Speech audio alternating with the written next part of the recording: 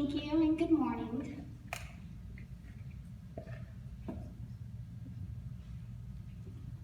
An unknown author once wrote, "Many of you will be the only dependable adult that some children see in their daily lives. And for many kids, that is the difference between hope and despair. Most of you know me. A lot of you even taught me. For those of you that don't, my name is Talley, and I graduated from Shallowater in 2014. Dr. Border asked me to come talk to you today about the way teachers have impacted me. But before I can do so, I need to share a little bit about myself with you.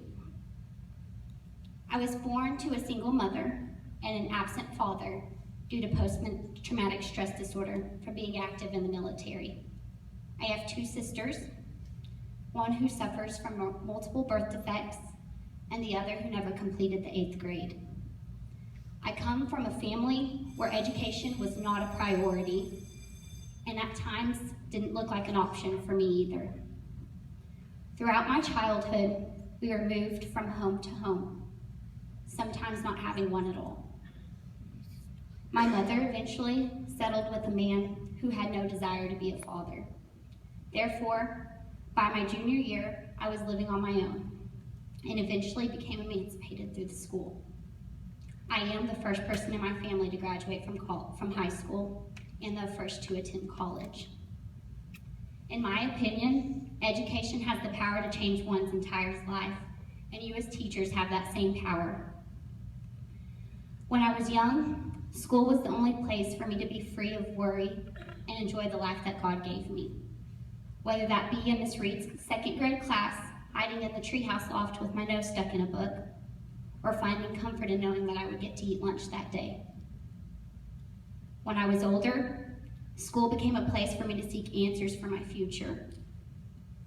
Could I actually do this? That was the question that I began asking myself my junior year, as I sat in Miss Roberts' office, wondering how I was going to make a success of my life. I clearly remember that conversation. It changed my life forever. I was a junior. I was sitting in Tammy Roberts' office crying. School and working 40 hours a week had become overwhelming. That job was a necessity since I was now 100% on my own. But at that time, graduation seemed like a fantasy. To Miss Roberts, quitting was not an option. She showed me that life was not easy, but the only way to make it easier was to have an education.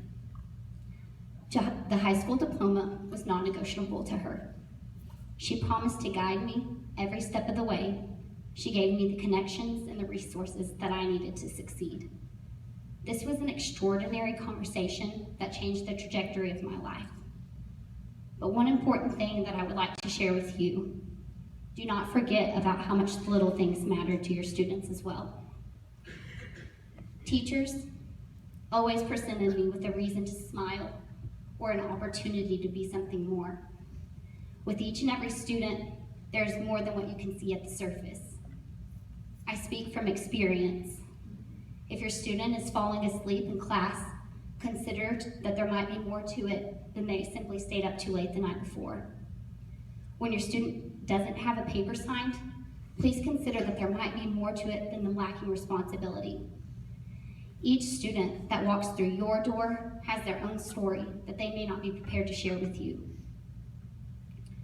My best advice to you is for you to consider that you have no idea what each child is facing. Isn't it ironic that the day that I sat in Tammy Roberts' office, no one knew my secret?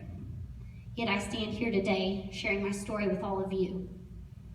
Please choose your words carefully. They may not be trying to frustrate you.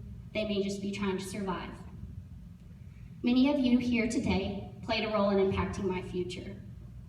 Some of you simply smiled at me when I walked into your classroom or office on a day that I really needed it. Some of you let me handle grown-up stuff in your classroom because you knew I didn't have time for it after school. Some of you spent hours working on scholarship speeches and essays with me.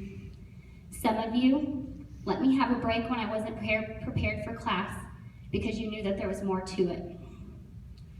One of you even gave me a glass heart rock to hold in my hand when I was nervous that I still keep in my possession today.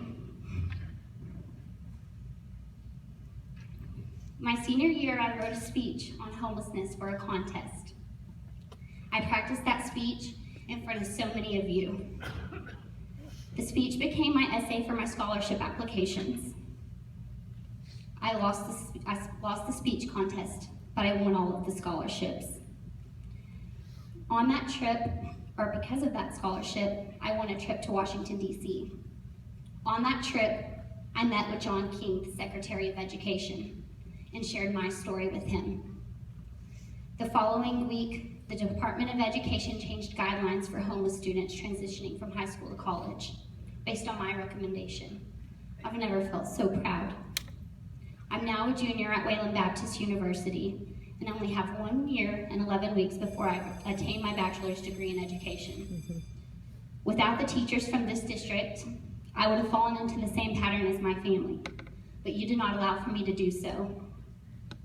With that being said, I am proof that each and every one of you make a difference in your students' lives, because you sure made a difference in mine.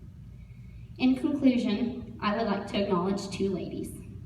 First being my former high school student success advocate, Tammy Roberts, who never gave up on me, even when it would have been easy for her to. And the second woman is someone who's not an educator. Her name is Kristen Munson. This lady has stepped up for me when it was not her responsibility. She has welcomed me into her family with open arms, never thinking twice about it. She is always there when I need someone to talk to, and on occasion I even call her and ask her to boss me around. With that being said, not every student is going to be as lucky as I am and end up with a Chris Munson. So you as teachers have to make your own impact. Thank you for all that you do.